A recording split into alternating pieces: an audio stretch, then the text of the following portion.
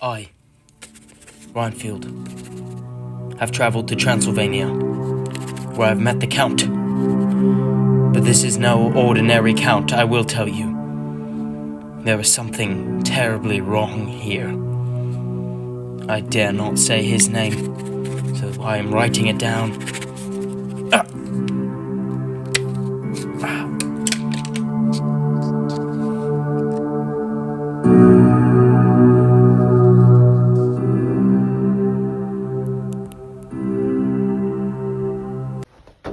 Yes, the last bit of work before the day is over.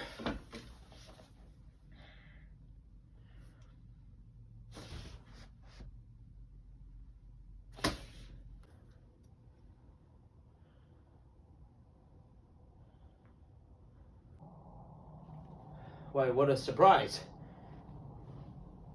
The door is open. Oh. Well, hello, sir. What brings you into the studio today? And please, have a seat. Have a seat. Forgive me. I had to come before you closed the studio. I must tell you a story I've kept inside for far too long. My name is Dr. Van Helsing.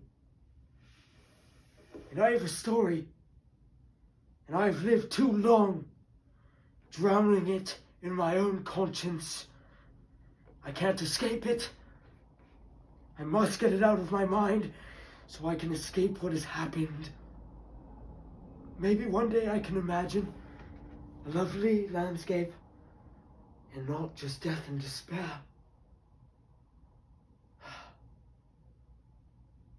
And it all started with that one encounter. Wow. Sounds like some serious things have happened to you. Please, tell us of your trauma. Let us in. Maybe we can help. Very well. I just wish his name never would have been spoken. Oh, how things would have been different if that man would not have heard his name. I am Dracula. It was the spring. It was the spring of 1897 when I first experienced Dracula. I was at the time a professor of medicine, specializing in obscure diseases. Strange things that would happen to the body. Sometimes phenomenons, but nothing like this. Sometimes, just sometimes, my studies would lead to the supernatural. What happened to me, though? Well, it has no rational explanation. It can't be explained. Well, Dracula, you see, was no ordinary man. He hails from Transylvania, a haunted place. Well, I had been called to the aid of a friend who was also investigating a strange occurrence around a young woman named Mina Harker. Oh, Mina. If only it was the way it was before. Sorry, anyway, like I was saying, it was she that brought Dracula into our lives.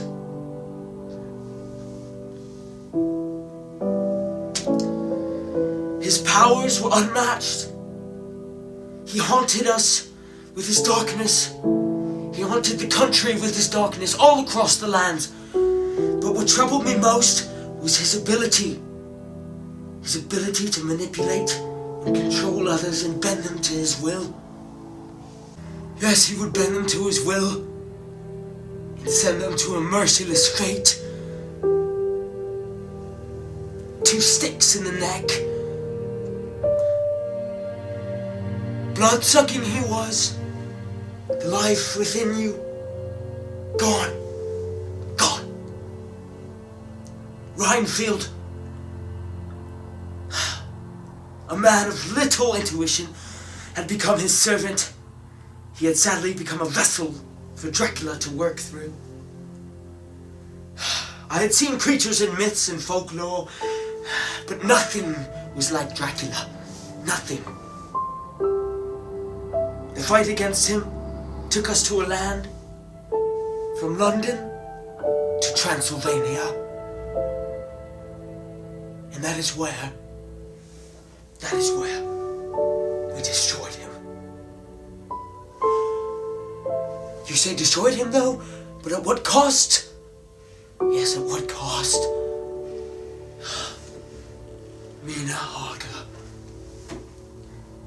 She did not die, but what was done cannot be undone. Forever she carries the darkness within. Dracula has taken her life away, yet she still walks this earth. I cannot explain the sorrow I feel. The darkness inside her will never truly leave. It pains me to say.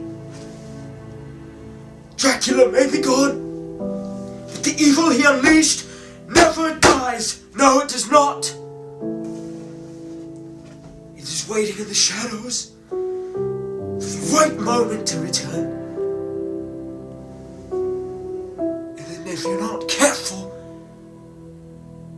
he'll bite you. So watch your back.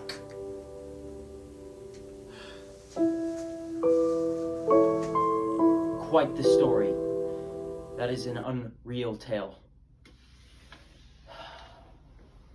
Makes me worry about my family at home, especially now past sunset.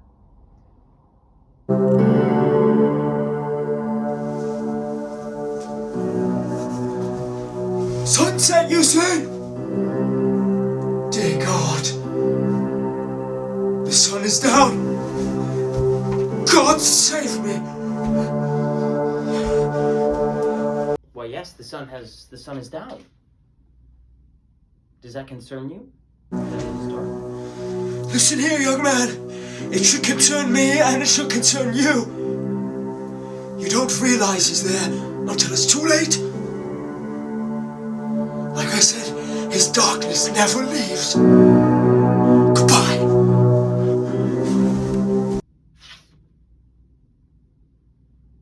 Well, just like that.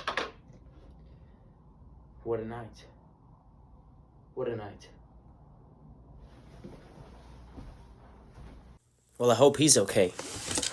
I did hear a loud thump in the hallway as he left. I'll have to check in on him before I leave the studio.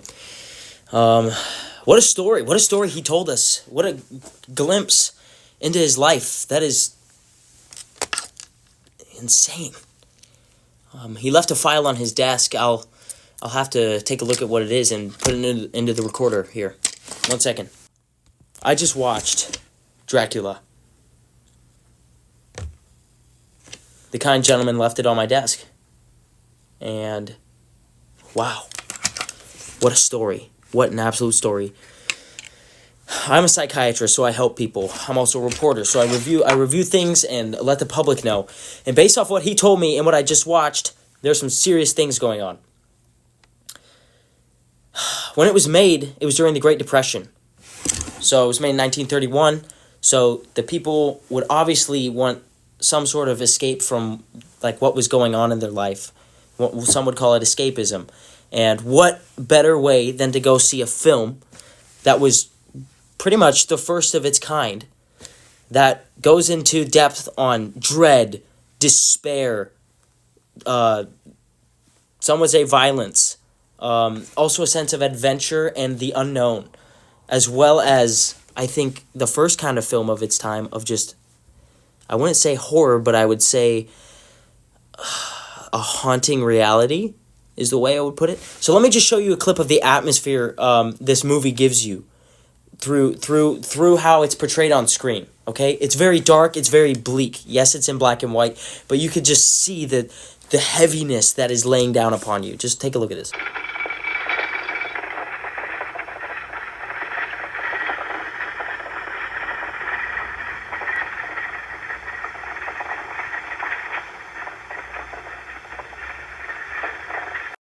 In this film, I also noticed a lot of camera angles that depicted Dracula's power and his just aura that he presented as being the evil, powerful, dangerous, haunting character. There were a lot of high, low angle shots, and let's take actually a look at one of the most prominent ones I noticed.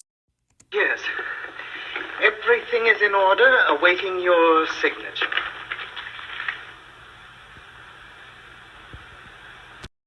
So, if we take the story and break it down into a few little sections, it started with this man named Reinfeld's trip to Transylvania.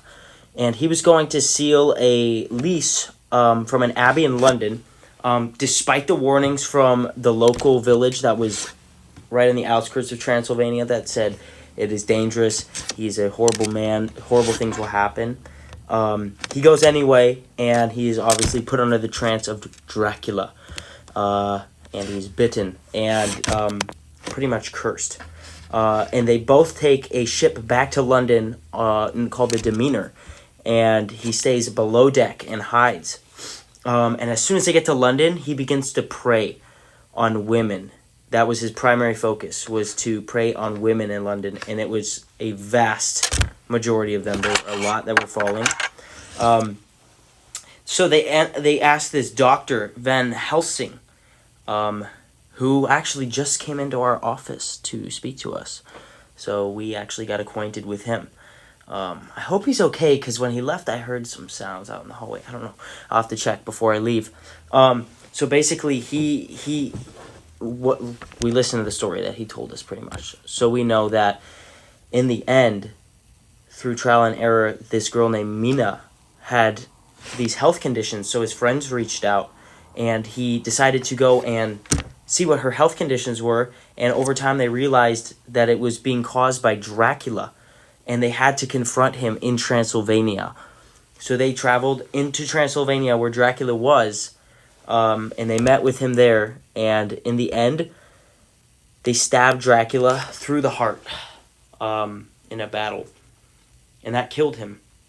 But it didn't free Mina from the darkness and evil that had occurred within her. And you'll have to watch the movie to truly find out what happened. But it was very gripping at the end, because you just got the sense of evil that still lingered, as our friend told us. Aren't you drinking? I never drink. Why? Well,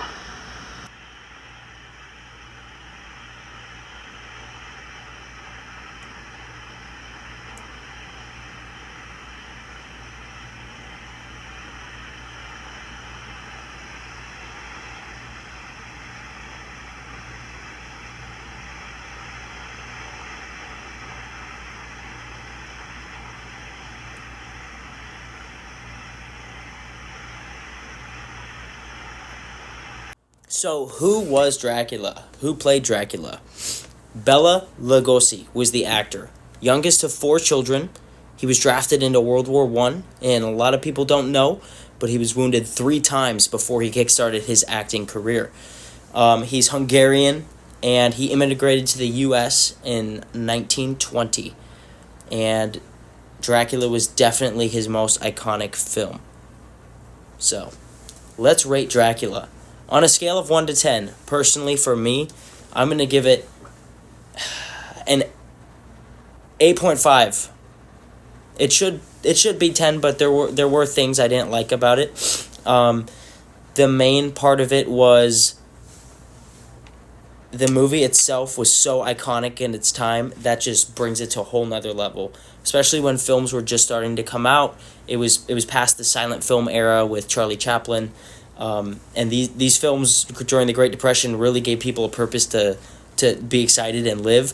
So a horror story like this, something this dreadful, what a better way to spend your pastime on, let's say, a Friday night, if you could afford it, than go see Dracula with your friends, right? The movie itself, the atmosphere was absolutely amazing. It was scary. It was almost sad. It was cynical. It was dreadful. And in the end, good overcame evil, and you'll have to see that if you watch the movie. Other than that, though, amazing film. The quality isn't fabulous, obviously, because it's from 1931, but iconic film, a must for Halloween, right? Or even any time. So I'm going to give it a solid 8.5.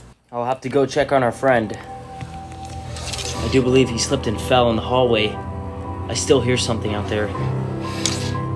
I'll head out now. It can't be! No! Ah!